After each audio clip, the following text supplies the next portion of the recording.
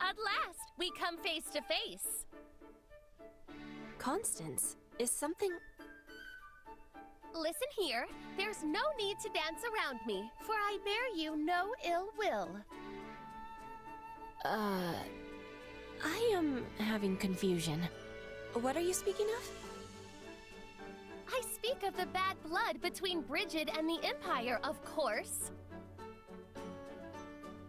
Ah, the war. I am having my own feelings about. Surely you are aware that it was your father who invaded the lands of House Nouvelle, which I once called home. It was his aggressions which cost me my family, my friends, my land, everything. However, your father and many of your countrymen paid for this in the coin of their own lives. Furthermore, neither you nor I took part in that foolish conflict. Therefore, there is no merit to our dredging up the past. We need not be at each other's throats. Have I made myself clear? Good! Now farewell!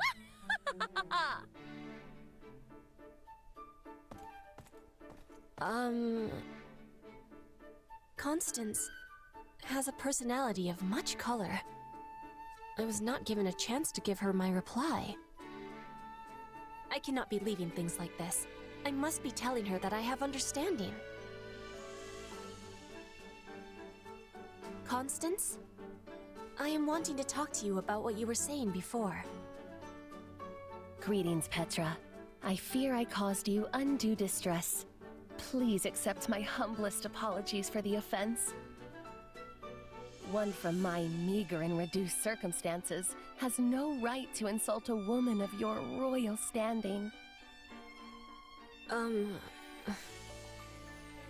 As galling as this must be after the fact, I humbly beg your forgiveness. You can have my forgiveness, although I was not taking any offense. Oh, what overflowing kindness! Truly your mercy is too good for a wretch such as I. But I should not expect aught else from one capable of ruling an entire people.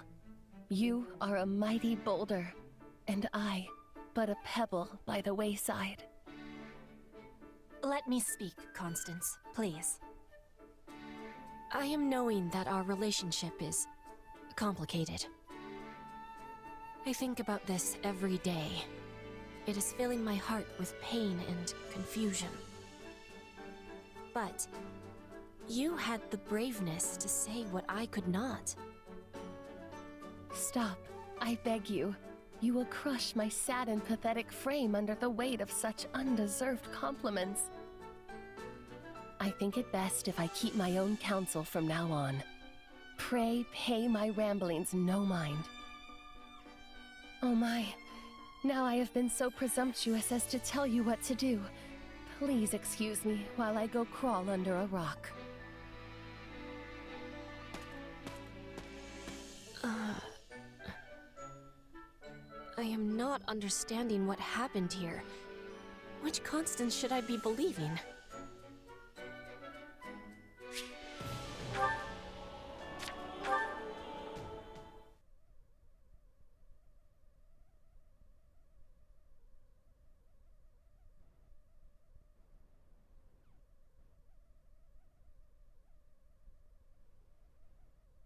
Constance, I think I am starting to have more understanding of you.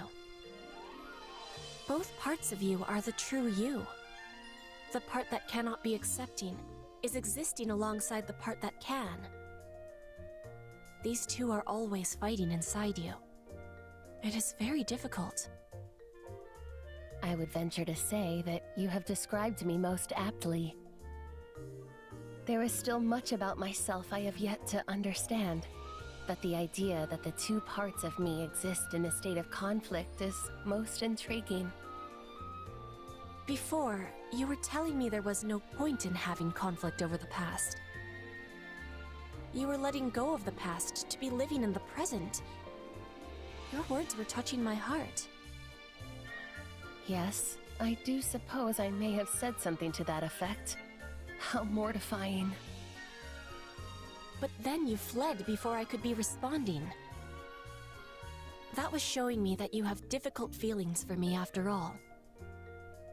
This is also one part of you battling with the other, I think. It is entirely possible that such is the case. As I could never hide the truth from you, I must admit I found you somewhat intimidating. Despite my springing the topic on you without warning, you stood strong and listened, and were even gracious enough to discuss it afterward. You dazzled me, and I do not respond well to dazzling. I am weak and pathetic as I am now. No, that is not weakness. It is balance. The weak part is existing, so the other part can be strong for you. Are you not agreeing? Why ever would you think that? Because I am the same. I am also having a weak part. Like you, I am always pretending that the past is not bothering to me. But my father is dead, as are many of my people. This gives me great sorrow, and I am unable to be accepting. The weak part of me is winning. Why is it that I am still living, when so many others had to be dying? That is a thought that I ponder often myself. For what purpose am I even here? Why is it that I am the only one left to suffer? Is there anything left for me to live for? All I feel is the pain of the people I have lost. But I know now that someone like you, a person as dazzling as the other part of me, also shares that same pain. Of course. May I be so bold as to ask what it is that gives you solace? My brother and sister back home. They are still very small, but thinking of them always provides me with strength. If I am not able to be claiming the throne, they are likely to be killed. Bridget expects me to be a strong queen, a warrior. Only I can be improving our relations with Fodlan. I must be rising to the challenge. Where are you finding your solace? I take peace in the dream the other part of me still believes in. The dream that one day, House Nouvelle will be restored to its former glory. As unlikely as this seems, I find I am unable to discard it entirely.